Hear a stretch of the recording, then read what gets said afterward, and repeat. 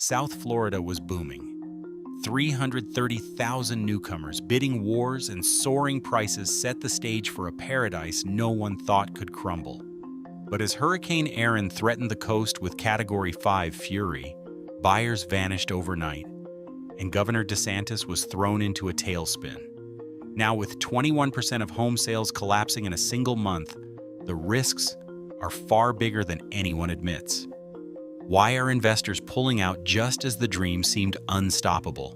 And what secret cracks threaten to split Florida's housing market wide open? Florida's population boom has slammed into reverse. New projections show more than 275,000 people will leave the state in 2025, the sharpest exodus since the 2008 crash. Miami-Dade alone is set to lose over 67,000 residents, while Broward and Palm Beach together are on track to lose more than 33,000. The reasons trace straight to the wallet. Median home prices that soared 60 to 80% during the pandemic are now sliding, down $40,000 to $75,000 from their peaks in cities like Cape Coral and Naples. Statewide, the median price is $412,734, a 4% drop year over year, the steepest decline since 2011.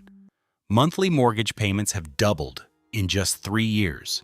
A $350,000 loan that cost $1,475 a month at 3% now runs over $2,300 at 7%.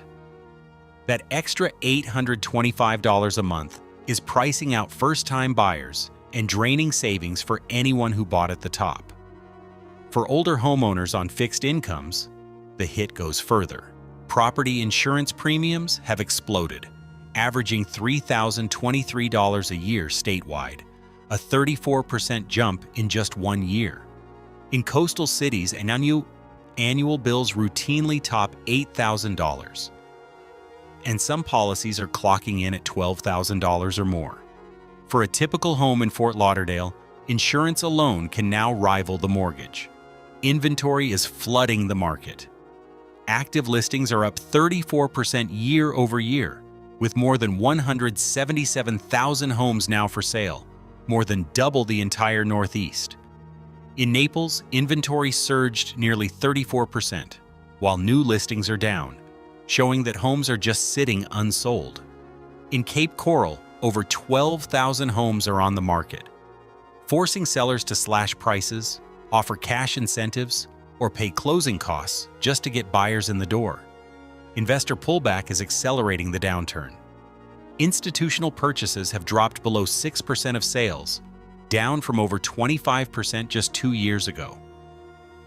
Rental yields have collapsed in cities like Palm Bay, where average rents fell 12% in a year, and vacancy rates are rising. Short-term rental markets have cratered in Punta Gorda and Cape Coral, with properties that fetched $675,000 at the peak, now struggling to sell for $500,000. Some investors are cutting prices by $100,000 or more just to exit. Insurance company exits and new flood zone rules are compounding the crisis. 6 major insurers went insolvent in 2022, leaving the state-backed Citizens Property Insurance Corporation as the largest carrier, now with over 800,000 policies. Nearly 89,000 properties in Broward County alone have been added to mandatory flood zones, forcing thousands to buy extra insurance or pay steep assessments. In Miramar and Pembroke Pines, more than 47,000 homes have been hit with new flood insurance bills, often running $1,500 to $3,000 a year on top of everything else. For many, the math no longer works. Carrying costs have hit a tipping point. The state's affordability ranking has plunged to 49th out of 50. With wages lagging far behind housing costs, families are uprooting, retirees are cashing out, and entire communities are bracing for a wave of forced sales and declining values. The question now isn't whether the market is correcting. It's how deep the slide will go in South Florida's hardest-hit cities. 4 forces are driving the unraveling of South Florida's housing market, and together they're rewriting the rules for buyers, sellers, and investors alike. First, the insurance catastrophe. 6 major carriers went under in 2022, leaving hundreds of thousands of homeowners with nowhere to turn but the state-run Citizens Property Insurance Corporation. Premiums have exploded, averaging $3,023 statewide, with coastal policies often running $8,000 to $12,000 a year. In Miami-Dade, some bills now top $15,000. For many, insurance now costs as much as the mortgage itself, and annual increases of 18% are becoming the norm. Next, the affordability squeeze. Wages in South Florida haven't budged, but housing costs have rocketed out of reach. The state's affordability ranking has collapsed to 49th in the nation. Incomes in cities like Cape Coral and Palm Bay can't support monthly payments that routinely clear $2,500 once taxes and insurance are factored in. For first-time buyers, the math simply doesn't work. For retirees and fixed-income households, rising costs are forcing impossible choices: pay the bills or sell and leave. The third force is the investor exodus. Institutional buyers once made up over a quarter of all sales in Florida's hottest zip codes. Now they're down to less than 6%. In Palm Bay and Punta Gorda, rental yields have dropped below 4.5%, and average rents are falling by double digits. Short-term rental markets have cratered.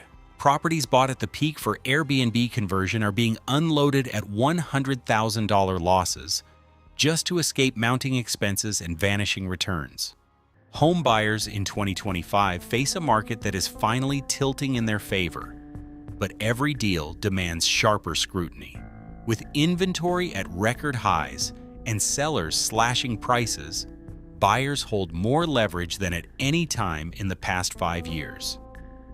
Negotiating for seller-paid rate buydowns, closing cost credits, or even a year of homeowners association dues is now common, especially in cities where homes linger unsold for months. But lower sticker prices are only part of the equation. Carrying costs, insurance, taxes, flood coverage, and homeowners association fees can easily add $800 to $1,500 a month on top of the mortgage. For older buyers or those on fixed incomes, it is essential to request a full breakdown of all ownership costs before making an offer. Reviewing association budgets and reserve studies is non-negotiable in the condo market.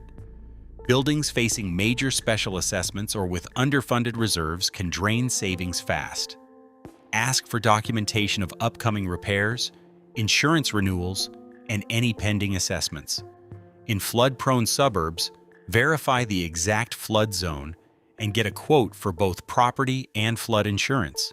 Premiums can vary by thousands, even within the same zip code.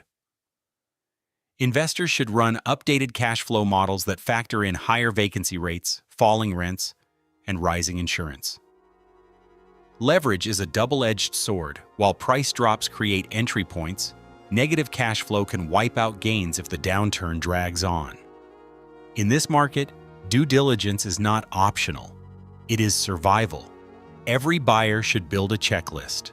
Confirm all monthly costs, scrutinize reserves and assessments, and negotiate every possible concession. The smartest move in 2025 is not just finding the right price. It is making sure the numbers work long after the closing table. In 2024, South Florida saw a 34% surge in housing inventory and a projected 275,000 residents planning to leave the state by 2025, according to state and real estate records. Across 15 cities, documented price drops, insurance premiums rising from $8,000 to $12,000, and a collapse in investor activity have reshaped the market. The documentary revealed policy changes like FEMA, flood zone expansions, and new condo reserve laws as direct causes of cost spikes and sales declines. Despite clear data on outmigration and financial strain, the long-term effects on local communities and recovery timelines remain uncertain, as several legislative reforms are still under review. What is clear? South Florida's housing market has shifted from a pandemic boom to a sharp contraction, with ripple effects now visible in other Sunbelt states.